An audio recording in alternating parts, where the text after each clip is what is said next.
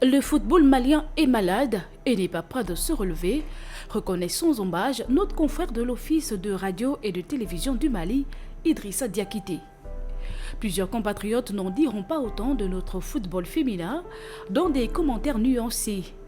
Il est vrai que les footballeuses d'élite n'ont pas les moyens similaires à ceux de leurs homologues masculins.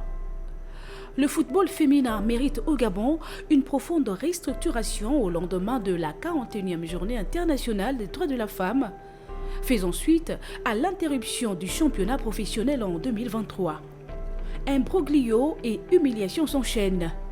Jamais dans l'histoire du Gabon, une équipe nationale n'avait encaissé 31 buts en 5 rencontres officielles, en n'inscrivant que 4 toutes catégories confondues en compétition officielle.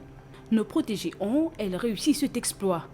Plus sérieusement, la femme est l'avenir de l'homme, écrivait Aragon en 1963. Et pourtant, la footballeuse gabonaise ne mérite pas le traitement que lui inflige la Fédération gabonaise de football par l'absence de sièges fonctionnels, idem pour des vestiaires séparés dans les stades construits pour hommes. Un zéro de plus sur le chèque n'aurait appauvri personne pour autant. Le ministre des Sports doit frapper du poing sur la table.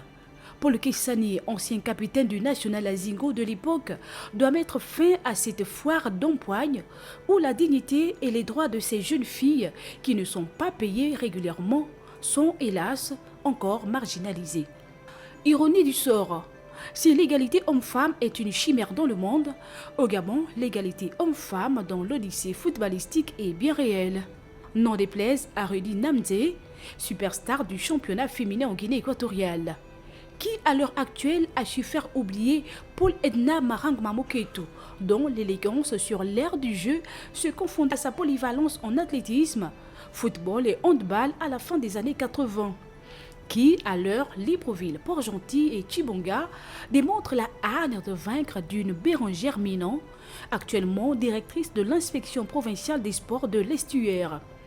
Que dire de Jeanne-Marie Ossé, première promotrice d'un club de football entièrement féminin du Gabon, qui doit se retourner dans sa tombe. Le moment est venu de ne plus nous taire face au lobby ajouté et aux forces d'inertie qui ne jurent que pour l'argent, les subventions dont celles de la FIFA en dollars.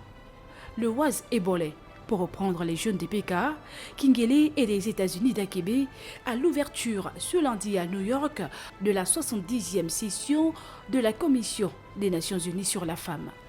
Pris-nous en convenant sous un autre prisme. Le championnat professionnel masculin a repris avant-hier à Lambaréné. Maigre consolation, l'entrée en lice samedi prochain des filles pour le compte du championnat féminin de 3e division, se situant juste en dessous des 2 divisions d'élite et au-dessus des championnats provinciaux. Comprendre qui pourra.